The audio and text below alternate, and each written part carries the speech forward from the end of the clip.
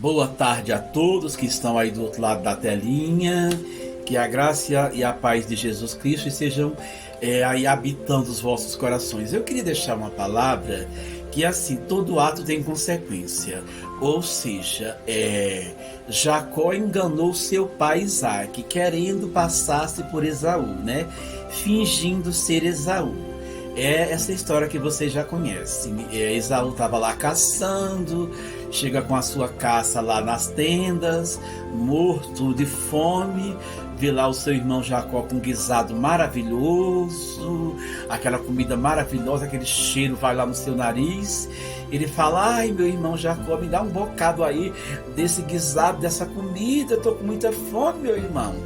E aí Jacó, né, já querendo ali a bênção da primogenitura, fala: olha, Esaú, eu até te dou aqui essa comidinha que já tá pronta, mas só que você tem que vender para mim a sua primogenitura. E aí Esaú ali com aquela fome terrível, ele, num ato desesperado, querendo matar logo a sua fome, que devia estar com uma fome muito, muito grande, ele vai e vende a sua primogenitura para seu irmão Jacó por um bocado. Sim, ele poderia ter sido mais um pouco paciente, né? Já que estava com a caça ali pronta, que ele mesmo caçou, ele já fazia ali o seu guisado, a sua comida. Ia demorar mais um pouco, mas ele fugiria desse negócio de vender a primogenitura. Mas é importante saber que a mãe deles, a senhora Rebeca, ela estava auxiliando seu filho Jacó, né? Ela estava auxiliando ele nessa trama toda, ela estava auxiliando.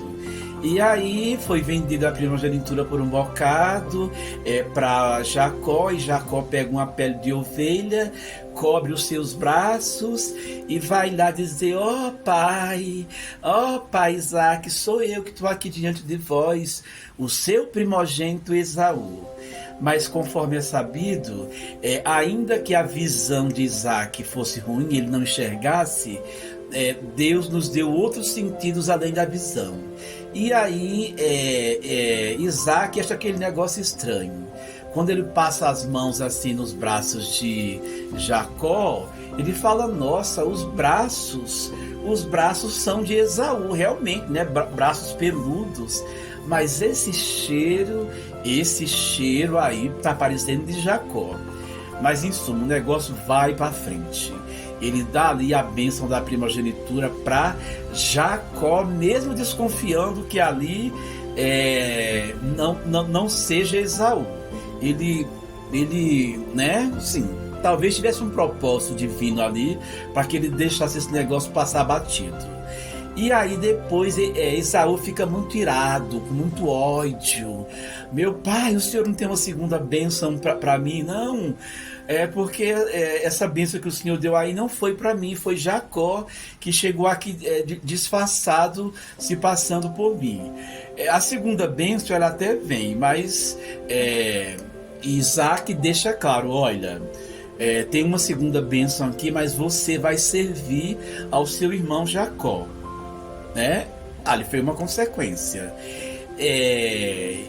Esaú fica muito irado e pretende no seu coração, depois que o seu pai Isaac morrer, ele pretende matar Jacó. Ele quer matar Jacó por aquele ato de fingimento, de ter se passado por ele diante de seu pai Isaac. Porque assim, uma coisa é ele ter vendido a sua primogenitura por um bocado. Agora, as intenções de Jacó eram outras, né? Era comprar a primogenitura que era dele, de Esaú, nesse ato aí de se disfarçar, pegar a pele de uma ovelha, colocar nos braços e chegar lá diante do pai dele mentindo, né? Olha, pai, sou eu que está aqui, é Esaú, seu primogênito. Em suma, o que eu quero deixar claro aqui é que se Jacó foi espertalhão, quando ele fugiu lá das terras, a mando de sua mãe, para que Esaú não o matasse, né, devido a todo esse fingimento aí, e a bênção da primogenitura ter sido passada para ele, que não era o primogênito, ele vai lá para as terras de Labão, irmão de sua irmã, irmão da sua mãe, Rebeca. E aí, quando Jacó pretende casar, Labão tem 2 filhas. A mais nova parece-me que ele acha muito mais bonita, que é Raquel. Ele acha muito mais bonita a Raquel, é o que o texto dá a entender. Porque lá diz que Leia tem um olhar tenro. Alguns estudos aí insinua que esse olhar tenro é aquele olhar fraco, um olhar caído. Muitos dizem que, segundo os estudos, que isso pode ser até um tipo de deficiência. Em suma, ele não acha Leia atrativa aos seus olhos. É como se, numa linguagem mais simplória, a gente pudesse dizer que Leia era feia e Raquel era muito mais bonita, era vistosa aos seus olhos. Só que o trato que ele faz com Labão, ele vai trabalhar por 7 anos por Raquel e não por Leia. A questão é que, decorrido esses 7 anos, ele cobra de Labão. Labão, agora chegou a hora de realmente eu possuir Raquel e a gente possa constituir uma família. Me parece que os atos daquela época, a mulher se vestia toda, cobria o seu rosto, porque Labão, ele engana Jacó. Ele manda Leia no lugar de Raquel. E aí, assim, o tonto de Jacó só vai perceber isso de manhã.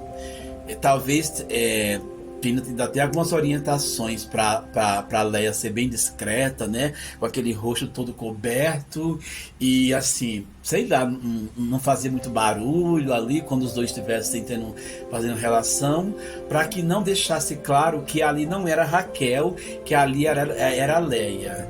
Em suma, Jacó foi enganado e só foi perceber de manhã que aquela com quem ele havia praticado ali relação sexual não era Raquel, era Leia. Então, assim, ele pagou, ele enganou seu pai Isaac e agora ele estava tendo as consequências de ser enganado por Labão. Aí teve que trabalhar mais 7 anos para poder realmente ele ter acesso a Raquel, né? Como diz o texto lá, né?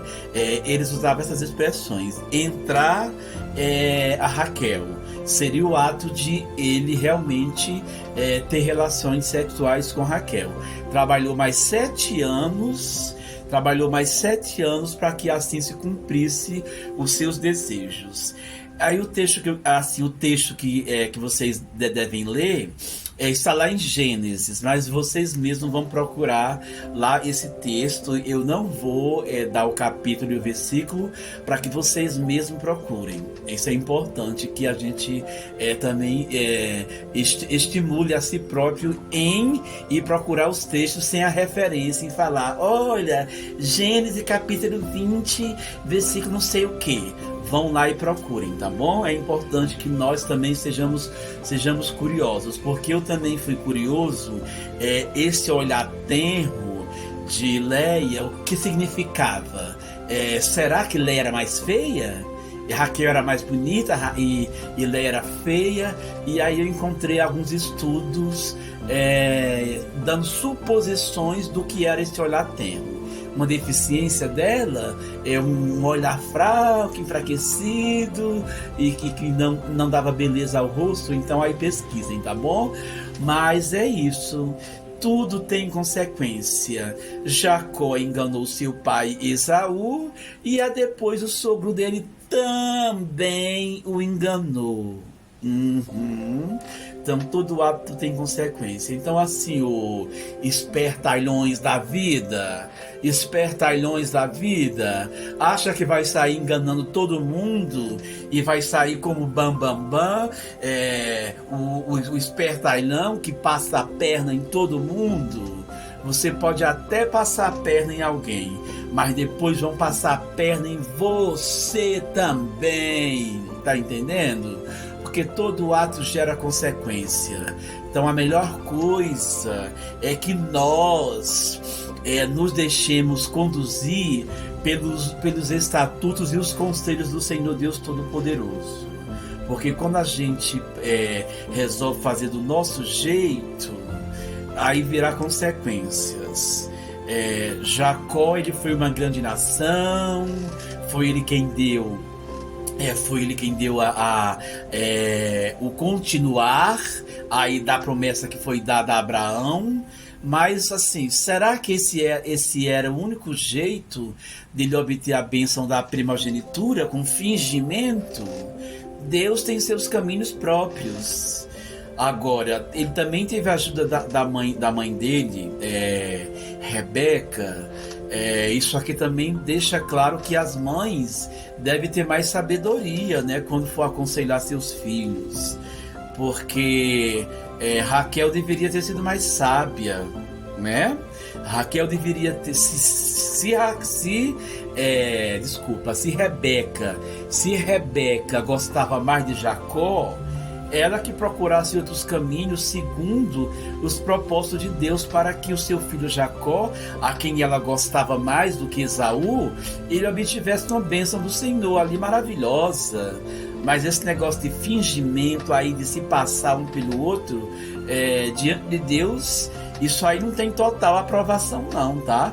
Por mais que tivesse um propósito ali de que Jacó fosse uma grande nação, e ele dominasse o seu irmão, mas essa cena aí do fingimento, da mentira, Deus não aprova.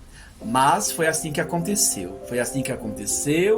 E nos deixam essa lição.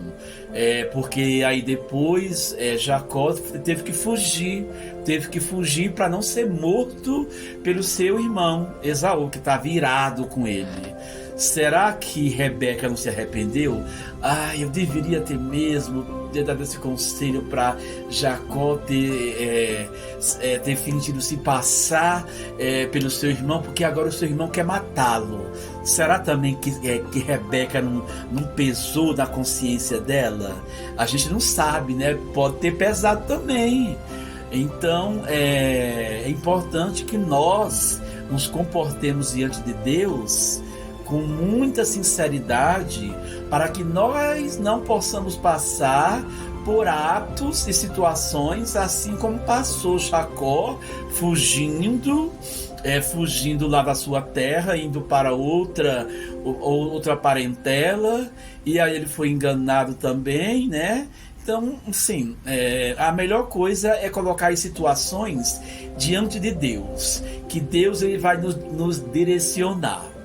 Mas em suma, esse é o texto que está lá, tá? Então que Deus possa vos abençoar grandemente.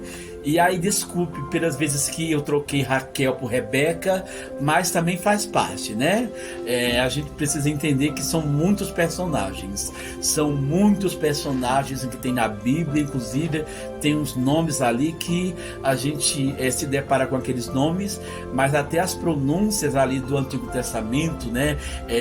Como tá falando das genealogias, são nomes bem difíceis de guardar aqui na memória, e quando a gente for fazer assim algum tipo de pregação, algum tipo de orientação, é importante até ter os nomes ali diante da pessoa. Mas assim, isso são pormenores. O que a gente precisa ver realmente qual que é o foco principal da mensagem. Os nomes dos personagens a gente pode até confundir algumas vezes, mas a mensagem que eu quero deixar para vocês é assim: se você, espertalhão, acha que vai continuar com esse status de espertalhão para sempre, não vai não, porque você vai achar um também que faz com que você passe por uma situação semelhante. E assim a gente chama-se de a lei do retorno. Tudo que vai, volta. É isso. A paz de Deus com vocês. Amém.